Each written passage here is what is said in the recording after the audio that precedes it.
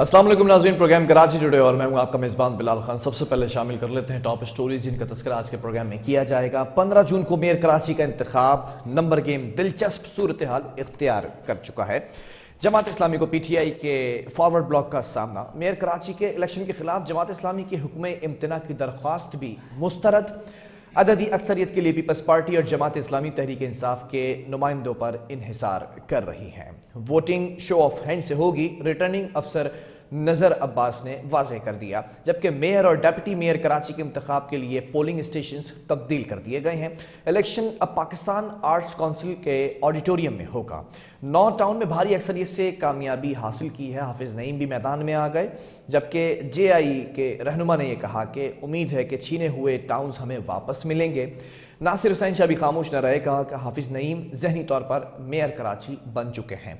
Jamaat Islami single larger party नहीं है। साथ साथ आज के प्रोग्राम में आपको ये बताएंगे कि समुद्री तूफान बिपरजॉय डीएचए और दीगर साहिली इलाकों को कितना खतरा लाहक है। डीएचए और दीगर साहिली इलाकों को बुलंद लहरों से खतरा नहीं है। चीफ मेट्रोलॉजिस्ट सरदार फराज ने यह कहा है कि 15 जून को समुद्री तूफान के टकराने के बाद 17 जून तक असरात रहेंगे। जबकि मजीद ये भी कहा कि तूफान की शिद्दत में कुछ कमी आ चुकी है। कराची में खतरनाक सूरत हाल नहीं है। जबकि हॉक्स बे पर समंदर में तुग़यानी पाबंदी के बावजूद शहरी तफरी के लिए पहुंच गए। कराची में समुद्री तूफान बिपरजॉय के असरात के बाइस हॉक्स बे पर समंदर में तुग़यानी बढ़ चुकी है। समुद्री तूफान के हवाले से हॉक्स बे जाने वाली सड़कें कंटेनर्स लगाकर भी बंद कर दी गई हैं। कराची में दफ़ा 144 की खिलाफ वर्जी करके साहिल पर जाने वाले 17 अफराद गिरफ्तार हो चुके हैं। समुद्री तूफान के असरात हैं, कराची के साहिल पर लहरें 8 फुट बुलंद। मुख्तलिफ इलाकों में बारिश भी रिकॉर्ड की गई है। जबकि तूफान बिपरजॉय की वजह से पोर्ट कासिम से LNG की सप्लाई जुज़वी तौर पर मुअत्तल है। समुद्री तूफान से विंड एनर्जी भी कमी पैदा होने का खदशा जाहिर किया जा रहा है। तूफान से पहले ही कराची के मुख्तलिफ इलाकों में बिजली की बंदिश शुरू हो चुकी है। जबकि कराची में तमाम इम्तिहानात और तदरीसी अमल भी आज मुअत्तल रहा। कराची वालों ने समंदर में नहाने की पाबंदी हवा में उड़ा दी है। जबकि लोगों को महफूज मुकामात पर मुंतकिल करने का सिलसिला अब तक जारी है। शर्जील इनाम मेमन ने कहा है। जबकि हज़ारों अफराद को महफूज मुकामात पर मुंतकिल कर दिया गया है। आगाज़ कर लेते हैं मेयर के इलेक्शन के हवाले से। 15 जून यानी कि कल के रोज़ मेयर का इंतखाब होना है। नंबर गेम इंतहाई दिलचस्प सूरत हाल इख्तियार कर चुके हैं। कल आर्ट्स काउंसिल के ऑडिटोरियम की जगह का इंतखाब किया गया है मेयर के इंतखाब के लिए। अब देखना यह है कि जमात इस्लामी और पीपल्स पार्टी के दरमियान ये मुकाबला जो है वो जोरों का मुकाबला है। जबकि जो पीटीआई है वो बीच में सालिसी का किरदार अदा करती नजर आ रही है, चाहे वो पीपल्स पार्टी की तरफ जाते हैं या फिर वो जमात इस्लामी की तरफ जाते हैं। जमात इस्लामी के साथ उन्होंने एक एग्रीमेंट MOU भी साइन किया, जिसमें हमने ये देखा था कि हाफिज नईम रहमान साहब की मुलाकात हुई थी चेयरमैन पीटीआई से। फिर उसके बाद एक पार्टी की जानिब से स्टेटमेंट दिया गया पीटीआई की जानिब से कि हम गैर मशरूत जो है वो हिमायत का ऐलान करते हैं और इनके साथ खड़े हैं जमात इस्लामी के साथ। लेकिन उसके बाद हमने ये भी देखा कि पीटीआई का एक फॉरवर्ड ब्लॉक सामने आया। यूसी चेयरमैन असद अमान मंजर-ए-आम पर आते हैं और एक वीडियो पैगाम में कहते हैं कि हमें न पीपल्स पार्टी को वोट देना है, न हम उनके साथ कोई इत्तेहाद करेंगे, लेकिन हम जमात इस्लामी को भी वोट नहीं देंगे। जमात इस्लामी के साथ हिमायत का जो ऐलान किया गया हमें इस वक्त नहीं जो है वो कॉन्फिडेंस में लिया गया। लेकिन उसके फ़ौरन बाद हम देखते हैं कि जो इस वक्त कराची सिंध के जो सदर हैं हलीम आदिल शेख साहब पीटीआई के, उनका एक बयान सामने आता है कि पार्टी पॉलिसी के खिलाफ वोट देने वालों के खिलाफ जो है एक कार्रवाई की जाएगी, लीगल एक्शन होगा। हम उस पर भी बात कर चुके हैं। आज ये बात करनी है। कुछ ही घंटे रह चुके हैं मेयर के इंतखाब के अंदर और मेयर मुंतखब होने के लिए करने के लिए 184 वोट जो है वो दरकार है। 184 वोट किस तरह से लिए जाएंगे? जमात इस्लामी के पास जो है वो सेकंड पोजीशन है, पीपल्स पार्टी के पास जो सीट्स हैं वो पहली पोजीशन है। लेकिन पीपल्स पार्टी की जो पोजीशन है वो मेयर के इंतखाब के लिए भी अभी नाकाफ़ी सीट्स हैं। किसी न किसी जमात के साथ इल्हाक करना पड़ेगा। अपने इत्तेहादियों के साथ अगर वो इल्हाक कर भी रहे हैं तब भी कुछ सीट्स का फ़र्क आ रहा है 184 को कंप्लीट करने में। लेकिन जमात इस्लामी के पास इस वक्त फ्रूटफुल सिचुएशन ये है कि जमात इस्लामी की जितनी भी सीट्स है इस वक्त इलेक्शन कमीशन ने जो हतमी नताइज दिए हैं, अगर ये पीटीआई के साथ इल्हाक करते हैं तो पीटीआई और जमात इस्लामी मिलकर जमात इस्लामी का मेयर बनाने में कामयाब हो सकती है। जमात इस्लामी के कैंडिडेट हैं हाफिज नईम रहमान साहब, पाकिस्तान पीपल्स पार्टी के कैंडिडेट हैं मुर्तजा वहाब साहब। गुफ्तगू का आगाज कर लेते हैं। दोनों मौजूद मेहमान में ज्वाइन कर चुके हैं। तो पीपल्स पार्टी की जानिब से वज़ीर आला सिंध के मुआविन खुसूसी इकबाल साहब, आपका शुक्रिया। दूसरी जानिब एडवोकेट सैफुद्दीन साहब जमात इस्लामी से हमारे साथ मौजूद हैं और डिप्टी मेयर के जो है वो ये उम्मीदवार भी हैं, आपका भी बहुत शुक्रिया। मैं ज़रा पहले पीपल्स पार्टी से गुफ्तगू करना चाहता हूँ सैफुद्दीन साहब, आपकी इजाज़त से। इकबाल साहब, सवाल यह है कि 15 जून यानी कि कल का रोज वो दिन करीब आ चुका है जिसका हम पिछले 3-3.5 माह से तस्करा कर रहे हैं। 15 जनवरी को इलेक्शन होते हैं, फिर उसके बाद ज़िमनी बल्दियाती इंतखाबात होते हैं, फिर उसके बाद धांधली के इल्ज़ामात लगते हैं, आरओज़ की इन्वॉल्वमेंट की खबरें सामने आती हैं, फिर उसके बाद मामला आगे बढ़ता है। यूसी चेयरमैन के हलफ के वक्त उससे पहले 9 मई का वाक़या हो जाता है जिसकी मजम्मत भी इस प्रोग्राम में बैठ कर बहुत से रहनुमाओं ने की। उसके बाद हम देखते हैं कि यूसी चेयरमैन गिरफ्तार हो जाते हैं। फिर सईद गनी ये कहते हैं कि गिरफ्तार जो लोग हैं उनको भी हुकूमत की जिम्मेदारी है और पूरी जिम्मेदारी के साथ वोट कास्ट करने की इजाज़त मिलेगी। कल के रोज क्या होने जा रहा है, पीपल्स पार्टी क्या उम्मीद रखती है? बहुत शुक्रिया बिलाल, आपने मुझसे बात का आगाज करना है। आपका, देखने वालों का, सुनने वालों का और जमात इस्लामी के हमारे भाई एडवोकेट सबसे बैठे आप सबको अस्सलाम वालेकुम। देखें बिलाल, अगर आप मेरे प्रीवियस आपके सारे प्रोग्राम उठा के देखें तो मैं समझता हूँ कि जिस तरह खुली डुली बात मैंने आपसे की, इस तरह शायद किसी ने की हो पाकिस्तान पीपल्स पार्टी के प्लेटफॉर्म से। और आज जब सुबह इलेक्शन होने जा रहा है और फिर वही सवाल खड़ा है, मेरा फिर वही जवाब है कि पीटीआई के मेजोरिटी लोग पाकिस्तान पीपल्स पार्टी को वोट करेंगे। अगर नहीं करेंगे तो शायद वो वोट न दें, लेकिन जमात इस्लामी को वोट नहीं देंगे।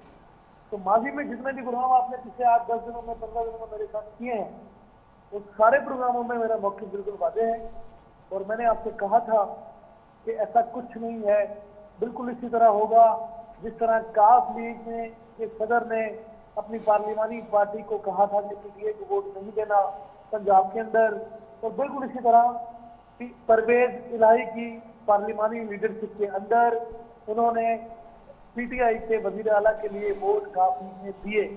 सुप्रीम कोर्ट का वर्डिक आया कि जनाब पार्लिमानी पार्टी वोट देने का इख्तियार रखती है।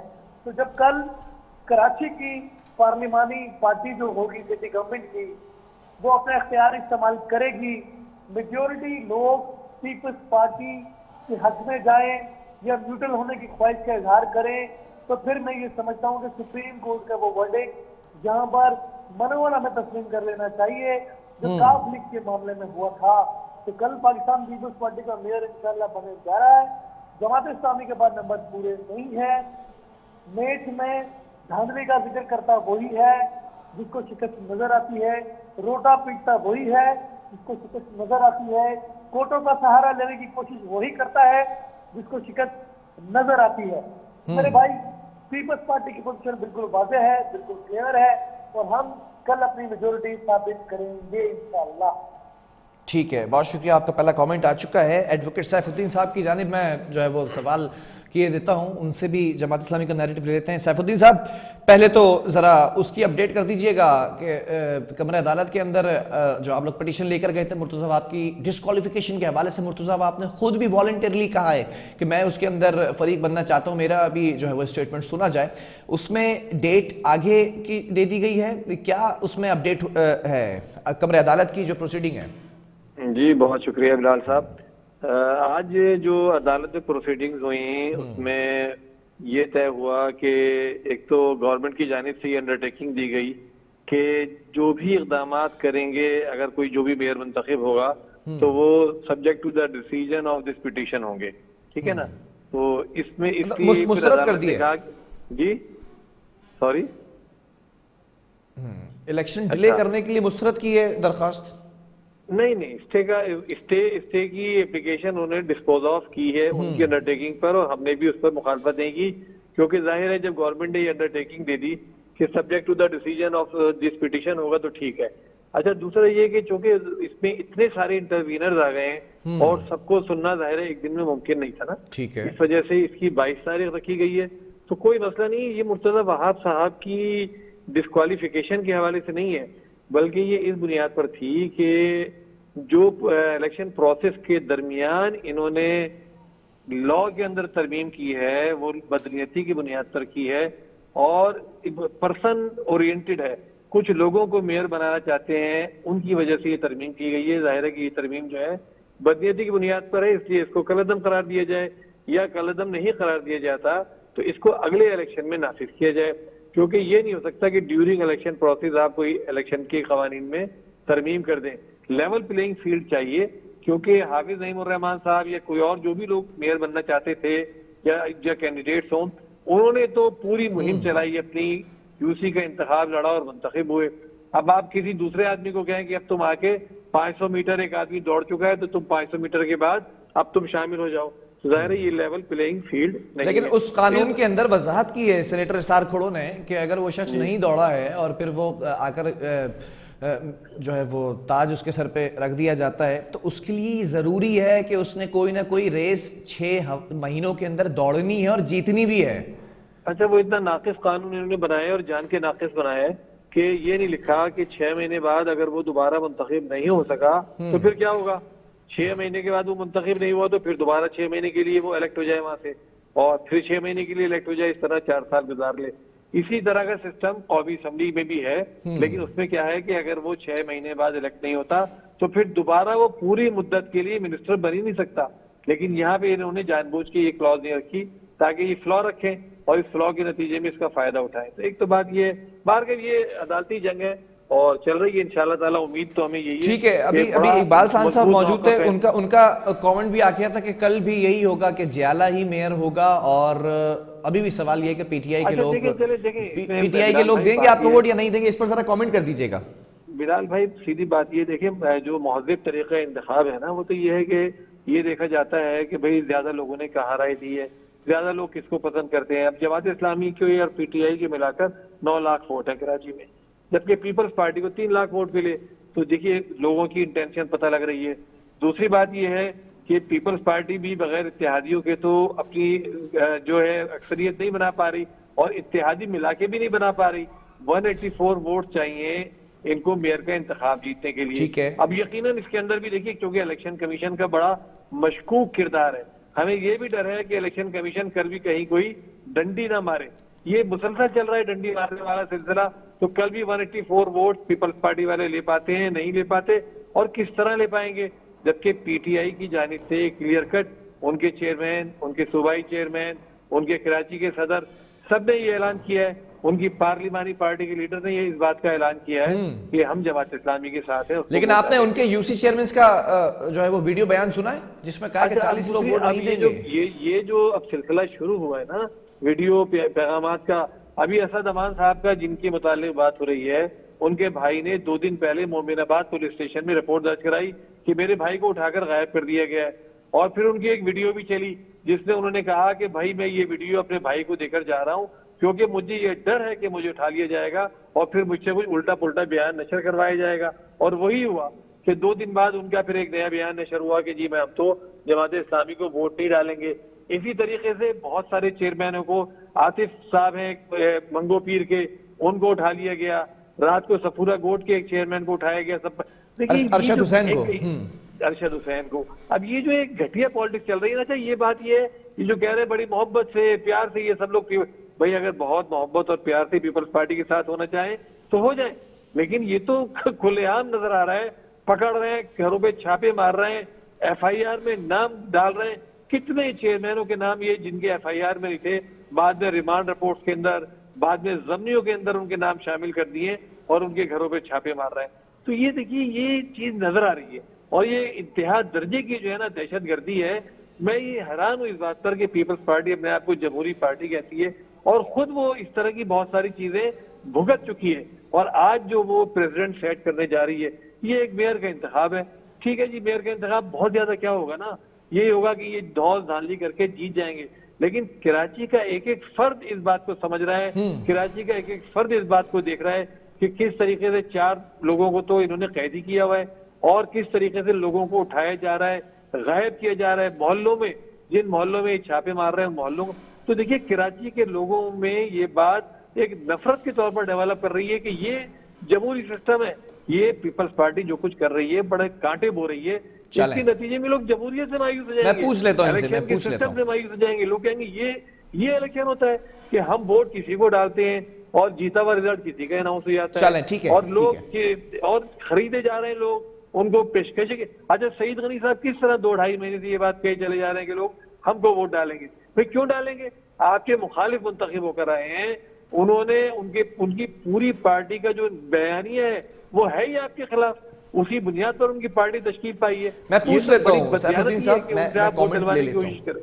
ठीक है, जी। इकबाल खान साहब, बड़ी आपने जो है वो गौर से सुनी होगी ये गुफ्तगू, और डे 1 से आपकी जो प्रेडिक्शंस हैं वो एक के बाद एक सच साबित होती जा रही हैं। You are the first one जिसने कहा था कि पीटीआई के कुछ लोग ऐसे हैं जो फॉरवर्ड ब्लॉग बनाकर हमसे राब्ते में है। ये कोई 1 से 1.5 महीने पहले की बात है, और फिर उसके बाद ऐसा ही कुछ हुआ। लेकिन इस वक्त मामला कुछ और जो है वो रुख इख्तियार कर चुका है। यूसी चेयरमैन को घर से उठाया जा रहा है, सादा लिबास में होते हैं लोग।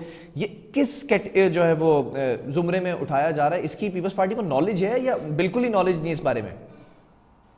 देखिए बिलाल, जो मेरे दोस्त जमात इस्लामी के एडवोकेट साहब हैं, पहले तो मुझे अभी शक होने लगा है कि इनका ताल्लुक जमात इस्लामी से नहीं है, तहरीक इंसाफ से है। ये सारी बातें करने के लिए तहरीक इंसाफ का कोई लीडर मौजूद नहीं है। जमात इस्लामी, इन्होंने कहा जी पीटीआई ने, तहरीक इंसाफ ने जब पीपल्स पार्टी के अगेंस्ट ही काम किया है, तो 2 दिन पहले सिराजुल हक साहब क्या कर रहे थे पीटीआई के अगेंस्ट? ये इसकी वजाहत करेंगे? अपने लीडर की वजाहत इनके पास है नहीं। मेरे भाई, ये अगवा करना, ये पेशा जो है जमात इस्लामी का रहा है, ये घटिया सियासत और ये मुनाफिकाना सियासत पीपल्स पार्टी ने कभी की नहीं। अगर ये कहते हैं, मैं उसकी मिसाल दे देता हूँ, ये कहते हैं जनाब तरमीम लेकर आ जाए आउटसाइडर को मेयर कराची बनाने के लिए, तो मैं इनसे पूछना चाहता हूँ कि क्या अब्दुल सत्तार अकमारी इलेक्ट होकर आए थे? क्या नेमतुल्लाह खान इलेक्ट होकर आए थे? क्या नसरीन जलील इलेक्ट होकर आई थी? क्या मुस्तफा कमाल इलेक्ट होकर आए थे? मेरे भाई, ये पीपल्स पार्टी के बारे में जब बात आती है तो ये सारी बातें आपको कैसे जेब देती हैं? आप अपना माजी भूल जाते हैं। और इस वक्त तहरीक इंसाफ ने जो 2 मई को किया, वो पूरा पाकिस्तान उसकी मजम्मत किया जा रहा है, मुसलसल किया जा रहा है।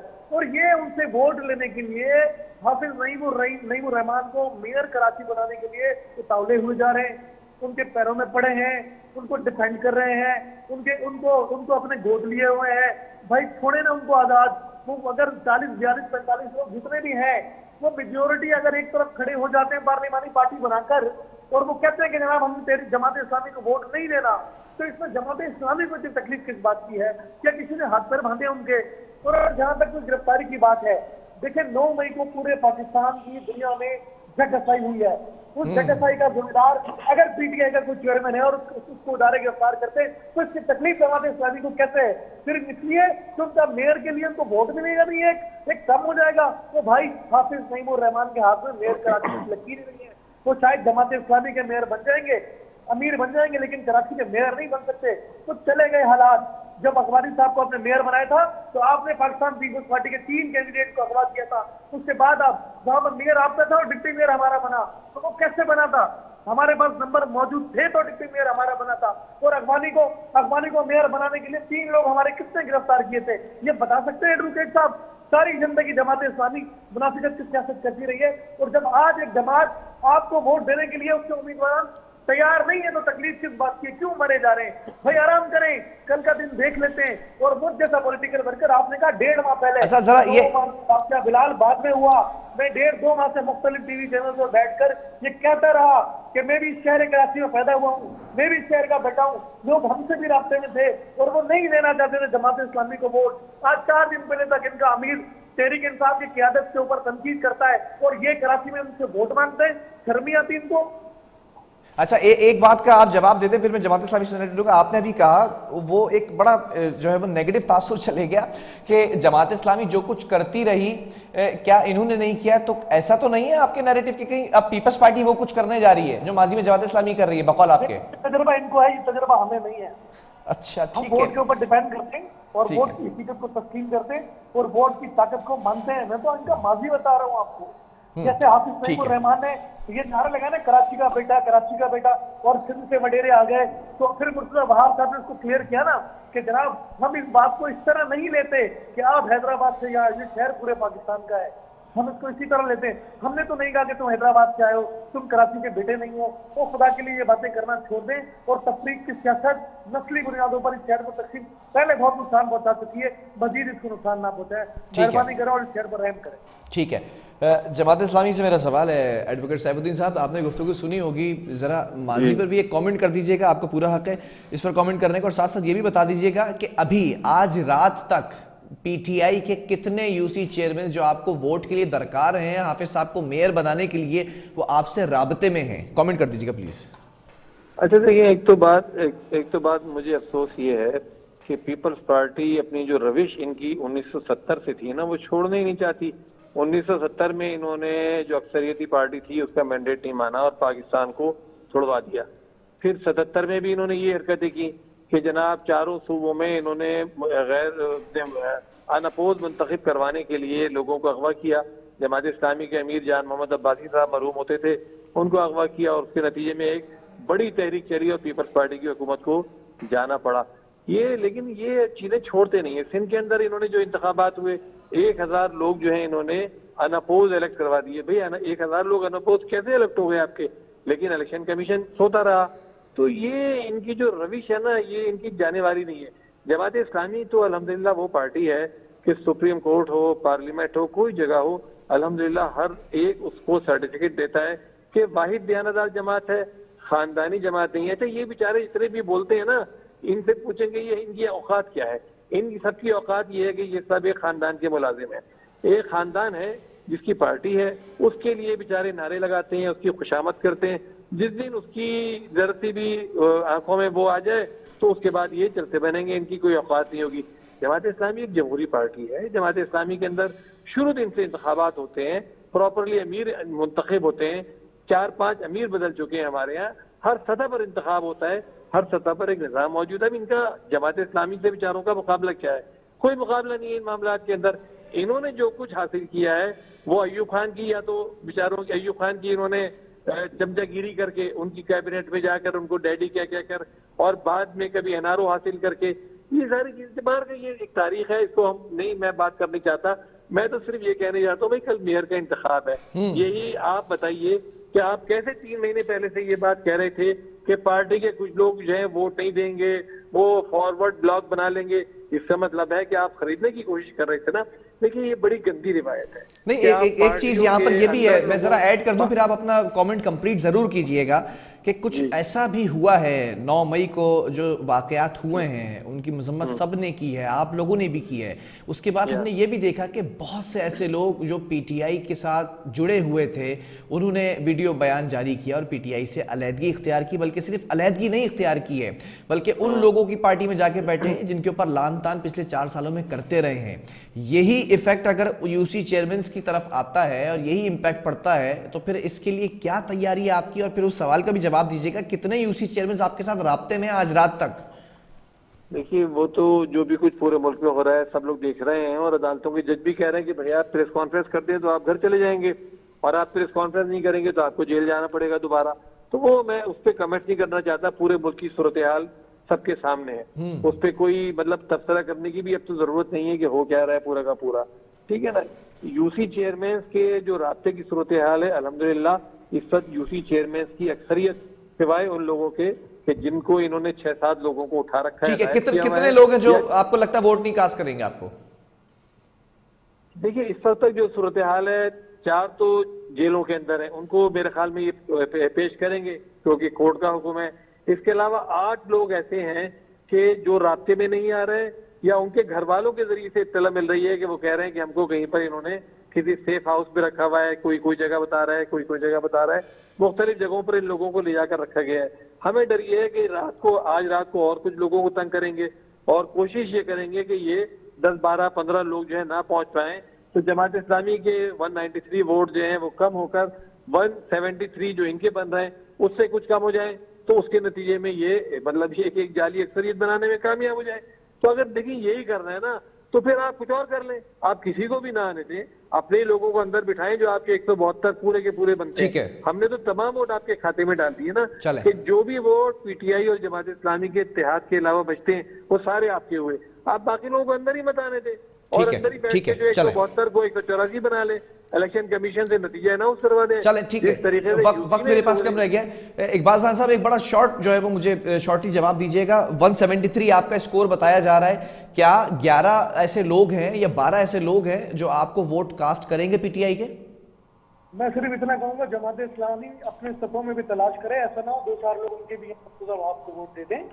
ये मैं पहले दिन से आपसे कह रहा हूँ, और फिर आप कहेंगे मुझे कि जनाब मुर्शिद आपने ये क्या कहा था। ठीक है, चले। तो ऐसा ना हो कि पहले अपनी सफों में तलाश करें, जो वोट कहीं इनके कम ना हो जाए। चलें ठीक है, बहुत शुक्रिया। इकबाल खान साहब हमारे साथ मौजूद है पीपल्स पार्टी से, और एडवोकेट सैफुद्दीन साहब हमारे साथ मौजूद है जमात इस्लामी से। ऐसा ना हो कि जमात इस्लामी के ही कुछ लोग जो है वो वोट दे दें, अपनी सफ़ों के अंदर जो है वो तलाश करें पीपल्स पार्टी का मौक़िफ़। लेकिन जमात इस्लामी अभी तक डटी हुई है कि मेयर सिर्फ और सिर्फ हाफिज़ नईमुर रहमान साहब ही कल मुंतखब होंगे। अब देखना ये कि कल आर्ट्स काउंसिल के ऑडिटोरियम के अंदर ये जीत का सहरा किसके सर पर सजेगा। लेकिन ब्रेक की तरफ जा रहे हैं, ब्रेक के बाद आकर बात करेंगे समुद्री तूफान विपरजॉय के हवाले से, कहाँ तक पहुँचा है और उसका रुख कहाँ जो है वो मुड़ चुका है। ये तमाम चीज़ें एक ब्रेक के बाद।